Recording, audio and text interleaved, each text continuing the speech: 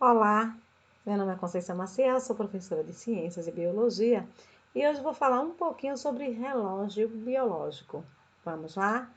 Como influencia a nossa vida esse relógio? Vamos ver? A descoberta do relógio biológico é por volta de 1325 a.C. O filósofo grego Aristóteles de Tarsos, observando um tamarindeiro, descreveu como suas folhas durante a noite se fechavam e de dia se abriam.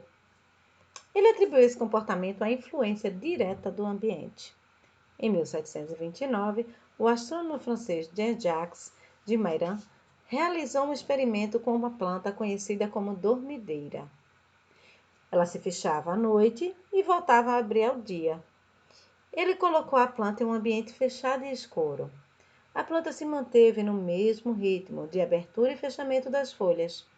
Ela manteve o mesmo ritmo, como se ela tivesse uma memória de duração dos dias e das noites.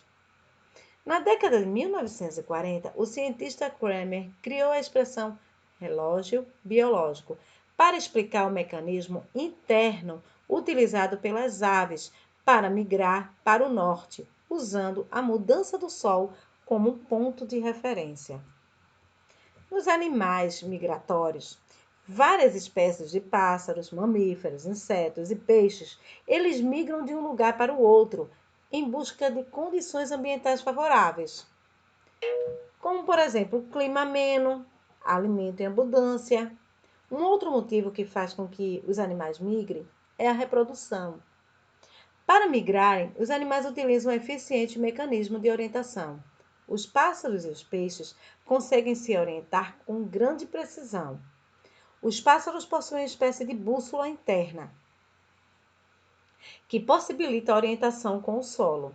Possuem também uma espécie de relógio interno, que funciona como um sextante, que é um instrumento de navegação que usa as estrelas e o horizonte como referência para a localização.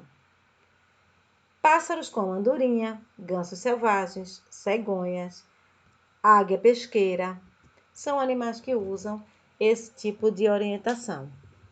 E falando do relógio biológico das plantas, vamos lá. Nas plantas, o relógio biológico tem principalmente influência, além das folhas, que se relaciona no desabrochar das flores, a produção de açúcares durante a fotossíntese, a abertura e fechamento dos estômatos, que são estômatos, conjuntos de células responsáveis pelas trocas gasosas e a germinação das sementes. Então, o relógio biológico nas plantas também é bem preciso. Elas também vão utilizar esse relógio biológico. O relógio biológico dos animais. Bem, animais noturnos apresentam olhos com um tipo de célula receptora de luz, os bastonetes. E neles, alguns sentidos são mais desenvolvidos, como o olfato ou audição. Já os animais diurnos têm olhos com dois tipos de células receptoras de luz. São bastonetes sensíveis à claridade e cones, que permitem a percepção de cores. Bem interessante essa história de relógio biológico, vocês não estão achando? E o relógio biológico nos seres humanos? Como é que isso funciona? Vamos lá. Nos seres humanos, o ritmo biológico mais evidente é a alternância do período de que passamos acordados e passamos dormindo. A regulação dos períodos de sono e vigília é feita principalmente pela presença ou pela ausência de luminosidade. À noite, os olhos captam a baixa luminosidade. A glândula pineal, ao captar a luminosidade, começa a reduzir a produção de melatonina. Ao mesmo tempo, o hormônio cortisol prepara o corpo para o estado de vigília. Na adolescência, percebemos um atraso na melatonina, principalmente relacionada a mudanças comportamentais, que promove a falta de luminosidade pela manhã, quando o adolescente normalmente dorme até mais tarde. E, em geral, tem um hábito de dormir bem mais do que um ser humano adulto. O adolescente dorme mais.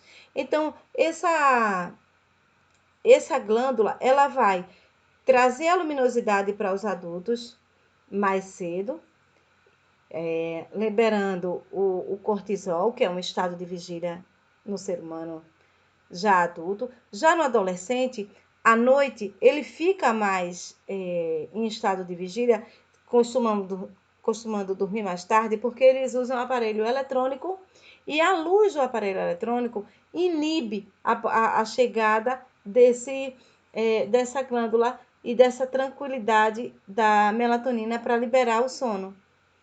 Por isso existe essa troca. Hoje nós ficamos por aqui com essas informações. Eu coloquei aqui algumas imagens que ilustram um pouco do que nós falamos. Espero que tenham gostado. Até a próxima!